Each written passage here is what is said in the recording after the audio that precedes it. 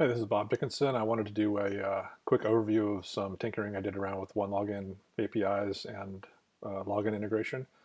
So starting out with our OneLogin user account, you can see we just have the two users here. I'm going to go show you, first of all, just a very simple web application that we built on top of the OneLogin REST APIs, and just kind of demo those APIs. So that looks like this. It's called OneLoginWeb.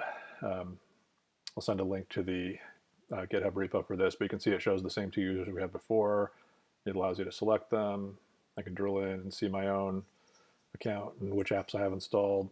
And I can single or multi-select. Add a new user.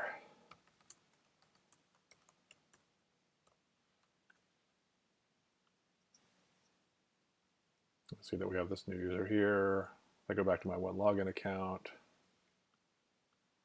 you can see that user shown up. And I can go back in here, delete this user. User's deleted. So pretty straightforward. It doesn't really do a ton, but it shows how to use the OneLogin Node API. And I'll touch on that just really briefly. So that's this package here. So we've got Travis integration running against 7 different node platforms, run all the unit tests, covers through coveralls, and vulnerability checking through SNCC. So it's just sort of basically a pretty straightforward API. It's pretty incomplete right now. It only does about a half a dozen API entry points, just basically enough to do that demo that I just showed. But it's a pretty good structure for how you would build a node API. One of the things I did was I did a standard callback-based interface, and then I also did an asynchronous interface that you can use promises or async await with the same entry points, which is kind of cool. So if you're interested in that, you can read a little bit more on the repo page. The other thing I wanted to show was that so we have an application called CloudStash, and this is a Dropbox-like service that enterprises can deploy in the cloud or on-prem to give end-user file storage service to end users, and then they can back that file storage on whatever cloud service they want. So they can have a bucket on S3 or a container on Azure or a path on Joy at Manta, so they can actually manage those files wherever they want instead of having to use a SaaS solution to do that if they want to. But we didn't have any authentication solution. So the way our original solution worked was we just had a pretty crude user password. So cloudstash.net is actually running on Joyent in a container, and it has just a user pass authentication that we built. So this is the web API. You can see the www. When you go to log in, it actually does an OAuth 2 to the API backend, this API.cloudstash. So we log in to that with username, password, and then it redirects and we're logged back in. So that's kind of what we had to start out with, just very simple. And then we'll show you what we have now.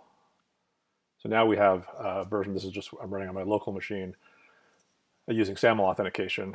So what we'll do here is we'll hit sign in. It'll round trip to OneLogin, and now we're logged in with my OneLogin account. And just in case that looks like maybe we were cheating, if I go over here and sign out of my OneLogin account, go back here, we'll try this again. Now you actually see the redirect. So we're going to OneLogin, doing our logging there, popping back into here. So yeah, pretty slick. It was pretty easy. We used Passport from Auth0, migrated our existing user pass to the Passport user pass, which was pretty straightforward. And then from there, just added SAML, followed the PHP instructions from OneLogin. And we're able to integrate it and get it up and running in a couple of hours. So pretty straightforward. So this is actually kind of nice. So now we have something that's completely configurable in terms of auth strategy and auth endpoint information. So an enterprise could point this at a SAML auth service and deploy this pretty easily. So anyway, it's kind of cool. And have you can also take a look at the CloudStash repo if you want to see how we did that. And that's basically just going to be in these auth modules. Yeah, that's about it. Just wanted to cover those things, things I missed when I didn't have my chance to do a demo on site. Thanks a lot.